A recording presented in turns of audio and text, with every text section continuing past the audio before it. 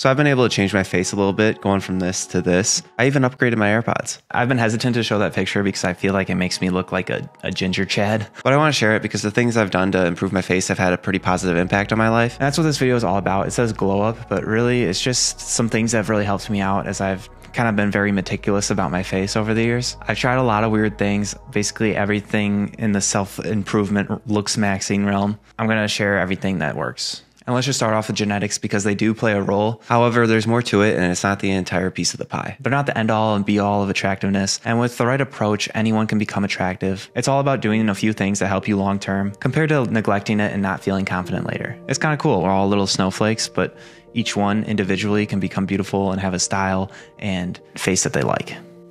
Yeah, that's the analogy I'm going with.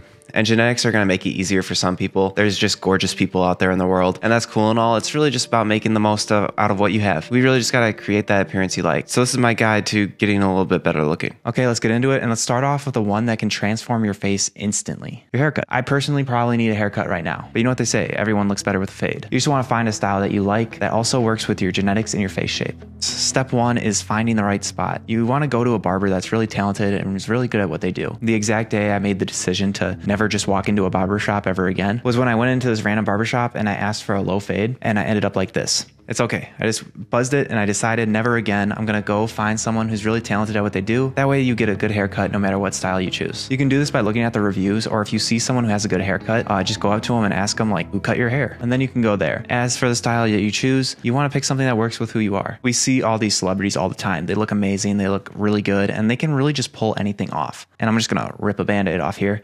That might not be you because you might not be as good looking as them. And like I said, we can all be attractive, but some people can just pull off anything. And a lot of times they're rocking these very extravagant styles. I really wanted to look like LaMelo. I was a big LaMelo Ball fan and I wanted the fro that goes all the way into the back. I thought it was so cool and I went for it. Looking back at it, now I realize that I just looked like a mushroom. I've done this a million times with so many different hairstyles, just trying to do things that didn't line up with who I am. What hairstyle works best for me? I like to keep it short, just fade up the sides a little bit. And once I finally found that like short hair works well with me, I was able to go with it and rock with it. And I really enjoyed the way I look. And I don't think this is something that has to stay the same. If you want to switch it up, do something that doesn't match with your face shape, like go for it. Just try new styles, do things that you like. It's all about creating that appearance in the mirror that you're just proud of and something that you think is cool. And it's just kind of like an extension of who you are. You don't have to like change the texture of your hair just to look good. And step 3, maybe just look up a video on finding out your face shape and finding a haircut that matches with that. And honestly, I can make a whole video on haircuts because I've had so many bad ones. Yeah, dark times. But if you follow these tips, you should be looking fresh. You went and you got a cut. You're looking sharp there. Now we'll move into the most important one for looking good and having an attractive face. Really obvious, it's just working out. Working out is going to help you more than anything that you do. But working out is how we look healthy, strong, and capable. And when you see someone who works out and they got like veins and they look good, it shows that they're disciplined and hardworking, and it's something you can't fake. And a lot of people see it as a discipline. However, I think that if you just get into working out and you really enjoy that process, that you'll learn to love it. I have a whole bunch of videos on my channel that as for what kind of training you can do anything. You can even play basketball and look good. You won't look as good as if you're doing resistance training. So resistance training is putting resistance on the muscle, and by forcing the muscle to struggle and get to those last couple reps, you're able to create little micro tears in the muscle fibers, and then it grows back bigger and stronger. That's what it's all about. It's a really simple process. The thing is, you have to go in there on a consistent basis and just hit the weights and train to a point where you're struggling. In terms of attractiveness, we don't need to be yoked out of our mind, so it doesn't really matter what you do as long as you're getting into the gym and eating healthy. Which brings us into diet. It's the simple stuff that really makes a difference, people. Maintaining a healthy diet and also staying lean is going to affect how we look. For example, I went on this van trip and then I came back and I ate nothing but processed food. I just wanted to see what it was like. I sat on my couch, watched TV, and ate nothing but processed food for a month. And I just laid in my bed, ate everything I could, and binge watched Netflix. It was actually kind of a dark time, not gonna lie. I gained 10 pounds, but here's the effects on my face. This is before and this is after. I understand that how we eat is a lame thing to keep up with and to track. I'm just saying it's gonna affect how you look. But as long as you're staying lean and eating enough protein to support your training, you should be good. In terms of our face, the leaner we're gonna be, the more we're gonna have like these features that pop out, such as the jawline. It's just science, dude. But it's really dependent on your goals. And for some people, it's right to bulk and kind of lose some of those features for a little bit and then cut back down. You just gotta find what works for you and understand that the leaner we are, the more face goodness. Recovery is also key, and it's also going to help us look better. Sleep is so important in life. It's just important stuff. When you get 8 hours of sleep, you're going to be a completely different person. You'll be way more productive. You're going to look more alive and vitalized, and feeling recovered and fresh is just the best. And just to give an example, I got 4 hours of sleep the other night. This is what I looked like. It makes a difference. It's going to make you have bags on your eyes. On top of that, it's going to hurt your gains. And then you're not going to give the best in the gym. Some things to help you with your sleep is to eliminate the phone from your bedroom. I used to think that going on TikTok was like relaxing and was going to help me fall asleep, but it really just ended up making me stay up till 3 in the morning. But just to give you a few other things you could do, you could establish a constant sleep schedule. So you're going to bed and waking up at the same time. You could also create a little bedtime ritual. So instead of going on TikTok, you could read a book. Investing in a good mattress and like having a comfy bed is probably a good idea. And also optimizing your sleep environment to make sure that it's dark and quiet. And another thing that helps me keep my phone out of my bedroom is I have a little sunshine alarm clock.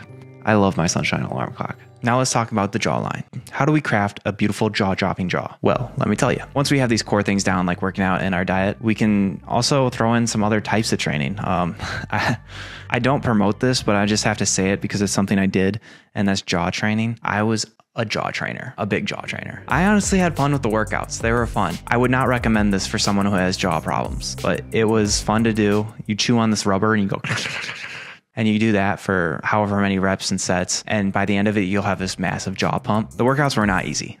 All the blood rushes to your face and you just look like this tomato with puffed up cheeks. But as ridiculous as it looks, it does work because we have muscles on our jaws. Like our face is made up of muscles. Some people take this to the extremes and they just got these magnificent jaws. I don't know if I'd go that far. All I do now is just chew gum. But when you're working the jaw like that, chewing, you're going to be working the muscles on the sides of your face, which is going to help you get that wider jawline.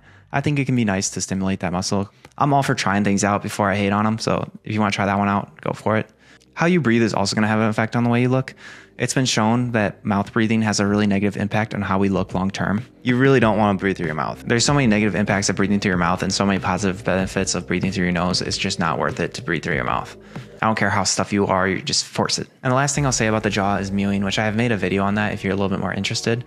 But all it is resting your tongue in a certain position. Some people say it has long-term effects and it can like mold your face shape. I don't know about all that. I just know that when I'm taking a picture, I put my tongue on the top of my mouth. That way I look better. And just by having the tongue posture where you're resting your tongue on the top of your mouth, which is where it's supposed to be, you not only eliminate mouth breathing, but by having your tongue on the top of your mouth, you give yourself a sharper side profile. Whether or not it's a long-term change or not, I don't think it really matters. I know that it can have an instant impact on the way you look just by having your tongue in that top position. You're taking the tongue and pressing it up against the maxilla. You're not using a crazy amount of force and it should be comfortable. But honestly, I think it's the key for looking better in photos. And the leaner you are, the more effect this is going to have. If you are a little bit chubby underneath your chin, it's not going to have too much of an effect. And part of this is posture. Ever since I've been editing more videos, my posture has gone down the drain. And that's not good because posture is really important for looking sharp. Imagine that your body is on a string. It's the top of your head is a string all the way up, straight above your head. Imagine your ears going behind your shoulders. These are just cues that I try to tell myself to stop myself from looking like this. There's a million things we can do to improve. You drive yourself crazy if you try to be perfect at every single thing. So it's not about doing that. It's just trying your best to do more good things than bad things. And if you can just do that, you're going to be improving your looks and looking better. If you're bad at all this stuff, it's just pick one, focus on it. The one I'd pick is working out. Just start working out. Once you get that down, then you can move to the next and start implementing. We'll move to the next one that I probably should do, but I don't really do that well. Style. At the end of the day, appearance talks. And how you show yourself, how you present yourself is going to affect your confidence, the actions that you take, and how others perceive you. That's why having good style is key. As you can see, I have great style. No, it's actually really bad. I should probably upgrade. I just really hate shopping, but I have to put it in here because I understand its importance. Dress to impress is a real thing, and it's something that we can also just have an instant change with and instantly look better, which can ripple into other areas of our life. If you're going into an interview and you have a shirt that's too small, your pants are floods, and you look stupid, you're probably not going to get the job. Speaking from experience, because that just happened to me last week. I didn't want to work at Anytime Fitness anyways, so joke's on them. And style is a topic on its own. Like there's a ton of stuff. From layering to, I really don't know much about style. Accessories.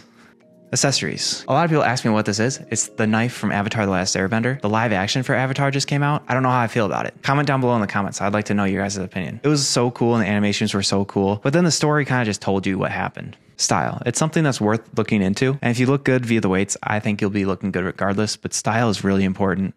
And so is self-care. And as we go glowing up, we just want to keep ourselves neat, clean, looking good, and presentable. And having a skincare routine can be a great thing that you can do to help yourself look good. It's something that I've been trying to do more of. However, when I was in my freshman year of college, I used Accutane to get rid of my acne, which my experience with that was pretty awful, but probably worth it because now I don't have too many acne problems. But I think anyone who has acne will tell you that it can just totally ruin your confidence. But one of the most confident people I knew had the worst acne I've ever seen. And it was really amazing to see how he was still confident and doing his thing with all that on him. Because mine wasn't even half as bad and I was totally wrecked with my confidence. And it just goes to show that your appearance does play a major role in how you feel about yourself and how you show up. But you have to try to be confident where you're at now and just understand that things like acne or your appearance, they really don't have anything to do with your value as a person. Mean absolutely nothing. And as long as you're trying your best and you're going forward, you have every right to be confident.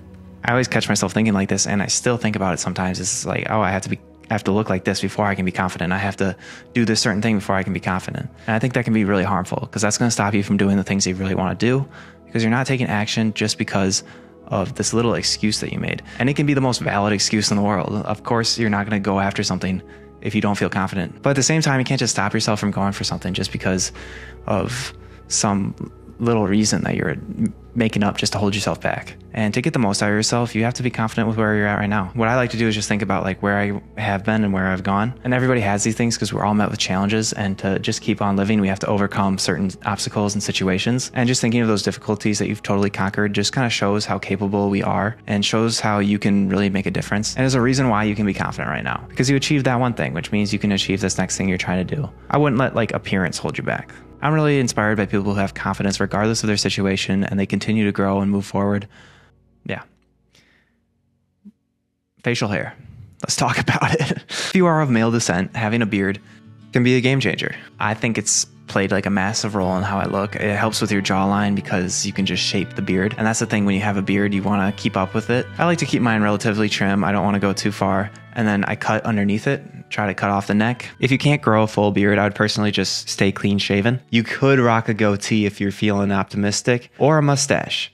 Not many people can pull these looks off. I, however, could also not pull this off. That being said, there's just a confidence that comes with it when you have something on your face that you know doesn't look good. It's similar to having a fro. You know it's not like the best look, but it's just kind of baller and you're just kind of rocking with it at the time. And because you're rocking it, it looks good. In conclusion, if you can't grow a full beard, just stay clean shaven unless you're feeling optimistic. Then go crazy. And looking presentable is really important. So as we go on, we want to make sure that we're keeping up with just regular self-care and presenting ourselves in a way that's presentable. As we glow up, if you will, we want to just do basic cleanliness stuff. It's a desirable trait. It shows you care. So, pluck the eyebrows. We want to just take care of ourselves. And the last thing I want to talk about is facial imbalances. This is kind of sad. No, it's not sad. I think everyone's done this. You take a picture of your face with the camera, and then you take a picture of your face with Snapchat, and then you compare the pictures. On the Snapchat camera, it's more like a mirror. So your face is flipped. And I used to always just look at the symmetry of my face, and I was like, my stinking chin. I used to be really mad that my chin would go down a little bit lower. I think it's from when I was playing basketball. I'd always be on the bench like this. I have no scientific proof to prove that, but I just believe my bench warming slightly moved up my chin. And it's so stupid. I used to get so caught up with it. I used to think people were looking at it. So basically nobody cares. Yeah, but nobody cares at all.